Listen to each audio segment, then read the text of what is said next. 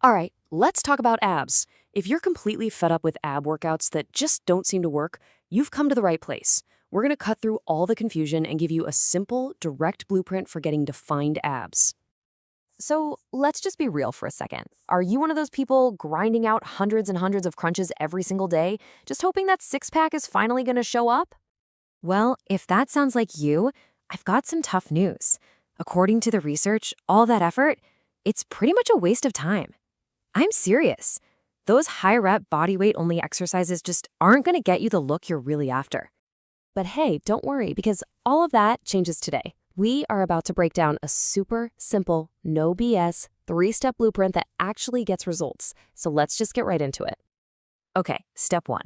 This is maybe the most misunderstood part of the whole equation, how you should actually be training your abs. We're talking about training for real muscle growth, not just, feeling the burn. So this slide pretty much says it all. On the left, you've got what most people do, and on the right, that's the smart way. You have to treat your abs like any other muscle in your body, like your biceps or your chest. That means a lower reps, adding some resistance, and this is key, giving them time to actually recover and grow. And here's what happens if you just stick to endless bodyweight crunches. Without that added resistance, you're never going to build that thick, 3D look you want. You'll just end up with what our source calls flat pancake abs. And nobody wants that. So, how do we avoid pancake abs? It all comes down to this one crucial principle: progressive overload.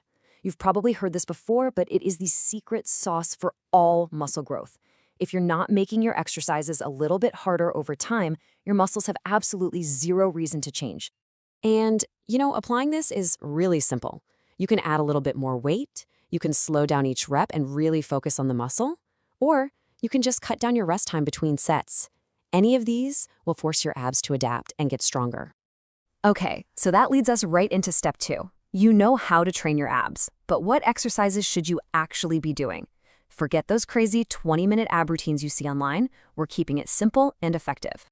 All right, first up, for the upper abs, we're doing cable crunches.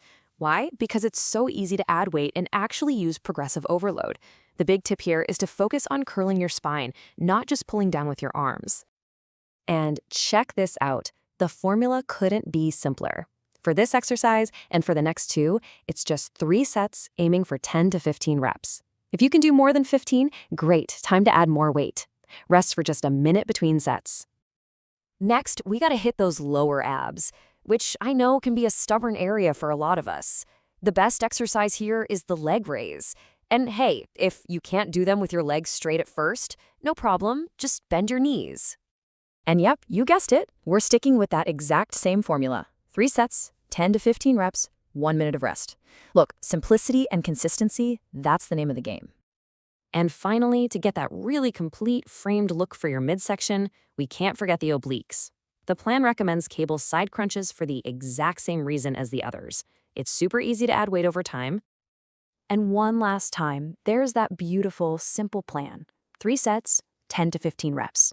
That's the entire workout, people. Just 9 total sets. You do this twice a week? That's it. It's fast, and it is incredibly effective. But listen up, because this is important. You could have the best, most perfect ab workout on the planet, but if you ignore this final, critical step, all that hard work is going to stay completely hidden. And that brings us to what might be the most famous saying in all of fitness, because it's true. You build the muscles in the gym with the workout we just covered, but you only get to see them by getting your nutrition right in the kitchen. So here's the simple reality. You already have a six-pack. Seriously, we all do. For most of us, though, it's just hiding under what the source kind of hilariously calls an emergency winter fuel tank. In other words, a layer of body fat. The only, and I mean only, way to burn off that layer of fat is to be in a calorie deficit. It's not magic, it's not a secret, it's just a non-negotiable law of thermodynamics. You have to burn more energy than you consume. Period. So where do you start? Well, first, you gotta figure out what your daily maintenance calories are. That's how much you need to eat to just stay the same weight.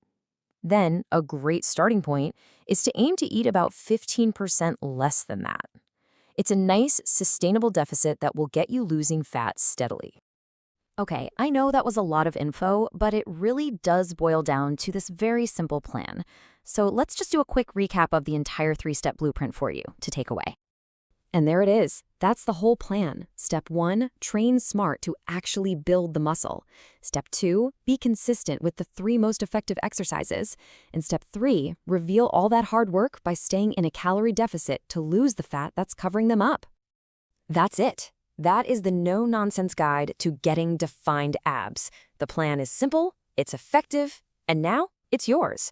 The only question left is, what are you going to do with it? Now go train smart.